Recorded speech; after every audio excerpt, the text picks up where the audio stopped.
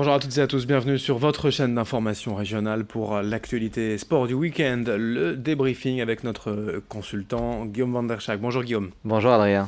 On va parler notamment de football, d'athlétisme, de triathlon, de voile, aussi encore un beau programme malgré la fin de saison, mais la reprise aussi en vue de la prochaine saison d'abord en football pour le LOSC. C'était ce lundi le retour à l'entraînement. Oui, absolument. Ce matin, à 9 heures du côté de Luchin, Christophe Galtier et ses troupes ont repris le chemin des terrains avec une grosse préparation longue de 6 semaines. Alors, malheureusement, Christophe Galtier possède aujourd'hui un groupe qui est incomplet, très incomplet même. On sait qu'il y a encore des joueurs qui sont en partance, d'autres qui devraient arriver. Le président du club lillois a même annoncé qu'il souhaitait absolument doubler tous les postes. Donc, c'est une préparation de 6 semaines qui nous amènera avec le premier match de la saison face à Nantes à domicile avant de jouer à Amiens. Nicolas Pepe, on le sait, ne sera plus dans les effectifs lillois. Alors il y a quelques infos quand même qui bougent, c'est que apparemment le Bayern de Munich se désengagerait un petit peu du dossier. Donc l'avenir de Nicolas Pepe pourrait se jouer entre deux clubs anglais, Manchester United et Liverpool. Mais attention, Nicolas Pepe aurait une grosse préférence pour le PSG. Il attend un signe de la part de Leonardo. On sait aussi que du côté du LOSC, il y a un gros travail à faire au milieu de terrain parce que Mendes s'en va, c'est quasiment officiel. Il va partir du côté de l'Olympique lyonnais. Et Xheka, lui, le Portugais, est de retour de blessure. Donc il faut impérativement se renforcer au milieu de terrain. On va compter pour cela sur peut-être l'arrivée de Benjamin André en provenance du club de Rennes et sur quelques jeunes pousses prometteuses. Voilà, ça c'est pour le LOSC. Il y a aussi bien sûr La Ligue 2 et donc le RC Lens aussi de retour à l'entraînement. Qui a repris quand même 15 jours après Valenciennes, c'est pas rien, mais à la différence près que Philippe Montagnier dispose là d'un groupe au complet. Il s'est confié dans les colonnes de nos confrères de La Voix des Sports en disant que clairement ils auraient l'étiquette de favori. Le club sans Eor vise clairement la montée, donc une des deux premières places à l'issue de la saison prochaine.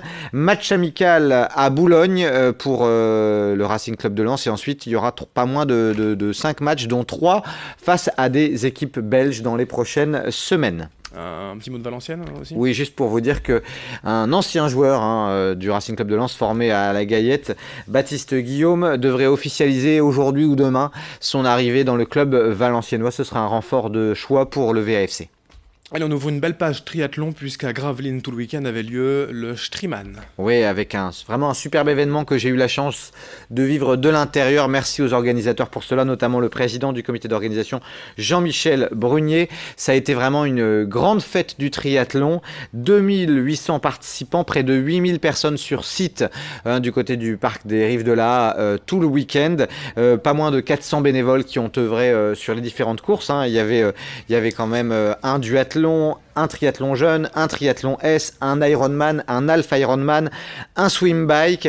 Donc c'était vraiment, il y en avait pour tous les goûts.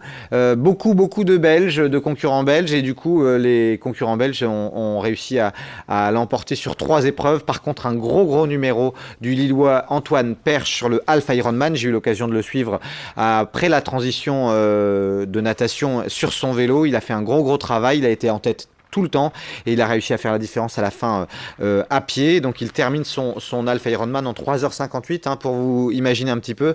C'est quand même 1900 mètres de natation, 90 km à vélo et un semi-marathon, et il boucle tout ça en 3h58. Donc c'est vous dire la performance de l'athlète lillois, et puis pas mal de bons résultats aussi, notamment sur le Ironman. En tout cas c'était vraiment une très belle édition avec des conditions parfaites.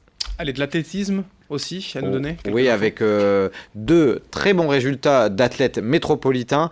D'abord Basile Rollin qui est un sociétaire du LMA, qui a fait 8205 points à Ratingen en Allemagne. Donc il est qualifié pour les mondiaux de décathlon. C'est vraiment une grosse performance. Gaël Kérin avait fait de grosses performances aussi en Allemagne. Malheureusement, il a fait une faute technique sur le 110 mètres haies et donc il a échoué. Autre bon résultat, c'est la Villeneuvoise Margot Siraki qui est vice-championne de France sur 1500 mètres. Elle a bouclé son 1500 mètres en 4 minutes 22, record personnel au passage.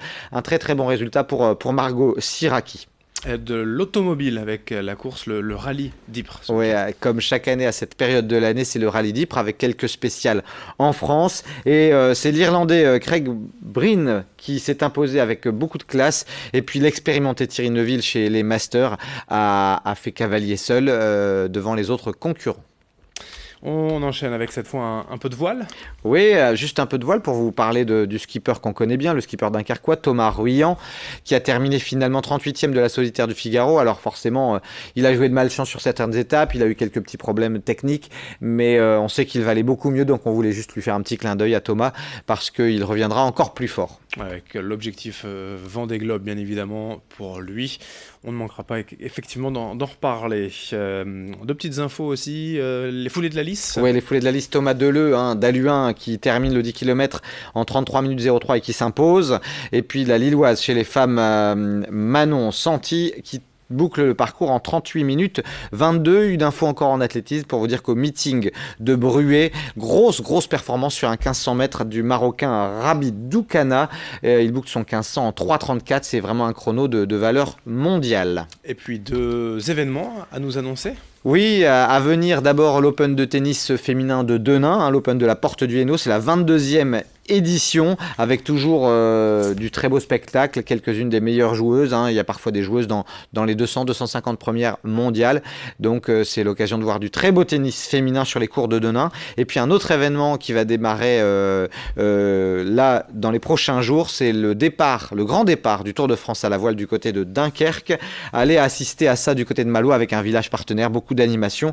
Ce sera les 5 et 7 juillet le grand départ du Tour de France du côté de Dunkerque, Malo-Dunkerque. Eh bien, c'est noté. Merci Guillaume pour toutes ces infos et on se retrouve très rapidement. Bonne semaine à tous.